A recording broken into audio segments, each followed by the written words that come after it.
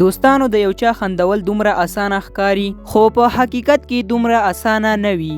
موږ فکر کوو کوم څوک چې په فلمونو یا په سټینډ اپ کې تل خلک خندوي هغه به هیڅ عام نه لري. خو دوستانو په نننۍ ویډیو کې به موږ د نړۍ تر ټولو ستر کامیډین یا خندونکی اداکار چې بغیر له خبرو یې خلک خندولي معلومات راټول کړي دي نو هغه بل څوک نه بلکې چارلی چاپلین دی. عبدالمنان افغان درته یو ځل بیا ښه راغلاست وایي. چارلی چاپلین د 1889 کال د اپریل په 14 د لندن په ښار کې زیږیدلی و. پلار یې چارلز سپانسر چاپلین او مور یې هانا چاپلین و. د موسیقۍ په یوه تالار کې مور یې یوه سندرغاړې او کوچنۍ هنرمنده وه نو ځکه چارلی له ماشومتوبه د هنر سره بلد و. د چارلی ژوند څنګه پیل او څنګه پای ته ورسید. د چارلی چاپلین ماشومتوب له سختو ستونزو سره مخ و. یوه ورځ یې مور د سټیج پر سر سندره ویله خو ناڅاپه یې غږ بند شو او خلکو یې پر لور بوټان او چپلکې ور وغورځولې. دا حالت د چارلی لپاره یو ډیر سخت و. نو 15 کلن چارلی سټیج ته وخوت او د خپلې مور سندره یې په خپل غږ وویله. خو کله چې نوموړي سندره وویله نو خلکو ډیر زیات تشویق ورکړ او دا د چارلی چاپلین لومړنۍ لاسته راوړنه وه چې په دومره کم عمر کې د ترلاسه کړه. خو د غمونو پیل هم همدلته و. هغه څه چې چارلی چاپلین لپاره درد و خلکو ته مسخرې او کامیډي ښکارېدل. همدا وجه وه چې هغه وروسته په خپلو فلمونو کې فقر، یوازیتوب او بیروزګاري په کامیډي بڼه وړاندې کړه او په دغو حالاتو کې ټوله نړۍ پرې وخندوله. د چارلی چاپلین د ماشومتوب په وخت کې مور او پلار یې سره جلا شول. وروسته نوموړی له خپلې مور او ورور سره اوسېده خو د مور اقتصادي حالت یې خراب و ځکه چې هیڅ وظیفه یې نه درلوده نو ماشومان یې یتیمخانې ته واستول. وروسته یې مور له رواني ناروغیو سره مخ شوه نو محکمې فیصله وکړه چې چارلی او ورور به یې له پلار سره اوسیږي. خو پلار یې دویم واده کړی و او د مور نشتون یې هغه ته سخت کړاوونه ورکول. خو څه وخت وروسته یې مور له خپلې ناروغۍ څخه بیرته روغه شوه او له لاسه وتلې خوشحالي یې واپس ترلاسه کړه. چارلی مکتب ته تللو خو نوموړي شوق او علاقه له اداکارۍ سره وه. نوموړي د ورځنیو اړتیاو لپاره واړه کارونه کول او د سټیج شوګانو له لارې یې 30 پیسې ګټلې. په حقیقت کې د چارلی ژوند یوه موخه لرله یعنی اداکاري.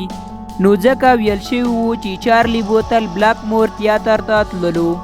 یوه ورځ نوموړی په سټیج شو کې بوخت و چې یو ډایرکټر پرې خپلې سترګې ولګېدلې. دې ډایرکټر د چارلی عالی اداکاري او استعداد همغه وخت وپېژانده. نو د چارلی چاپلین ملاقات د هامیلټن سره وشو. هامیلټن چارلی ته د اداکارۍ وړاندیز وکړ او چارلی یې پرې نه ښود. نو چارلی ته ډایلاګ او نور څه ور زده کړل. خو نوموړي د اداکارۍ پر مهال ډیره ښه اداکاري ترسره کړله. دغه اداکاري د نوموړي د کامیابیدو یو بل راز و. چارلی چاپلین 15 فوټه او 15 انچه قد لرونکی نری او کمزوری سړی و. خو خلکو ته دا الهام ورکاوه چې انسان حتی په فقر او بیوسۍ کې هم کولی شي چې له خوښیو ډک ژوند ولري.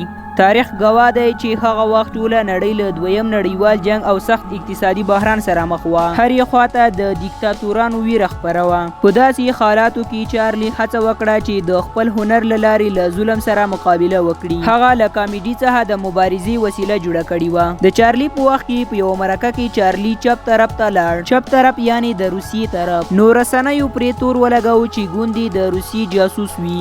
10 کاله امریکایي رسنیو او خلکو چارلی جاسوس باله. خو چارلی د خپل هنر سره صادق پاتې شو. د چارلی فلم لایم لایټ په 1952 کې ومنل شو خو لیکن په امریکا کې بند شو. چارلی په امریکا کې زیات مینوال درلودل. خپله لومړنۍ میرمن یې اوناو نیل نومي یوه امریکایي وه خو د امریکا بې وفایي نوموړی زیات ځوره و ځکه یې میرمن او د امریکا طبیعت یې پرېښود او لندن ته لاړ. خو هلته چې ورته ښه موقع نه میلاویده نو سویټزرلینډ ته کډه شو. هلته چې له جواهر لال نهرو او د هغه لور اندرا ګاندي سره ولیدل. چارلی په خپله ځانلیک کې لیکلي چې د مهاتما ګاندي له افکارو ډیر الهام اخیستی دی. کله چې د برطانیې صدراعظم وینسټن چرچیل ته ورغی نو هلته یې خپله هیله څرګنده کړه چې غواړي له مهاتما ګاندي سره وویني. نو د نوموړي هیله یې په بشپړه توګه ورپوره کړله. هغه له مهاتما ګاندي سره وکتل او د هند د ازادۍ مبارزه یې تایید کړه. چارلی ته د اداکارۍ او کامیډي لپاره نه بلکې د هنر په برخه کې نړیوالې ستاینې هم ورکړل شوې. په 1940 کې د ګریټ دیکتاتور فلم لپاره ورته د غوره اداکار جایزه ورکړل شوه. په 1952 کې د لایم لایټ فلم د موسیقۍ په برخه کې ورته اسکار ډالۍ شو. هماغه وخت چارلی چاپلین د خلکو تر ټولو خوښ شوی شخصیت وو او د خلکو په زړونو کې ځای درلود. حتی نن ورځ هم نوی نسل د چارلی له اداکاري زده کړه کوي او د هغه اداکاري نقل کوي. یوه ورځ آلبرت اینشټاین چارلی ته وویل هغه څه چې زه پرې حیران یم دا ده چې ته هیڅ هم نه وایې خو خلک در باندې خاندي، خو زه بیا ډیر څه وایم خو هیڅوک یې هم نه درکوي.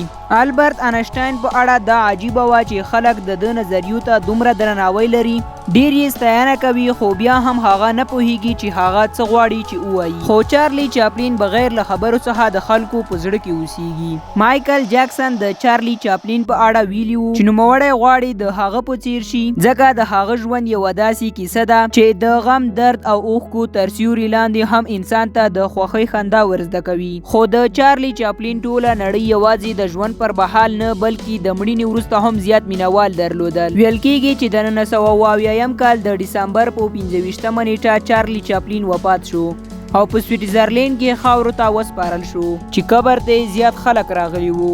خو 3 میاشتې وروسته معلومه شوه چې د هغه تابوت په قبر کې موجود نه دی. وروسته څرګنده شوه چې د هغه تابوت غلا شوی دی. په اصل کې د بلغاریا 2 میخانیکان وو چې د هغه قبر یې کیندلی وو او جسد یې ترې ایستلی وو. نو هغوی وروسته د 5 اونیو ونیول شول او د چارلی چاپلین جسد بیرته راوړل شو. هغوی د چارلی جسد د سپارلو لپاره په زیاته اندازه پیسې غوښتې وې، خو له دې مخکې چې دا کار وکړي پولیسو ونیول. د معلوماتو له کتلو او اوریدلو مو نړۍ مننه. که مو معلومات خوښ شوي وي د خپلو دوستانو سره هم شریک کړئ او چینل سبسکرایب کړئ.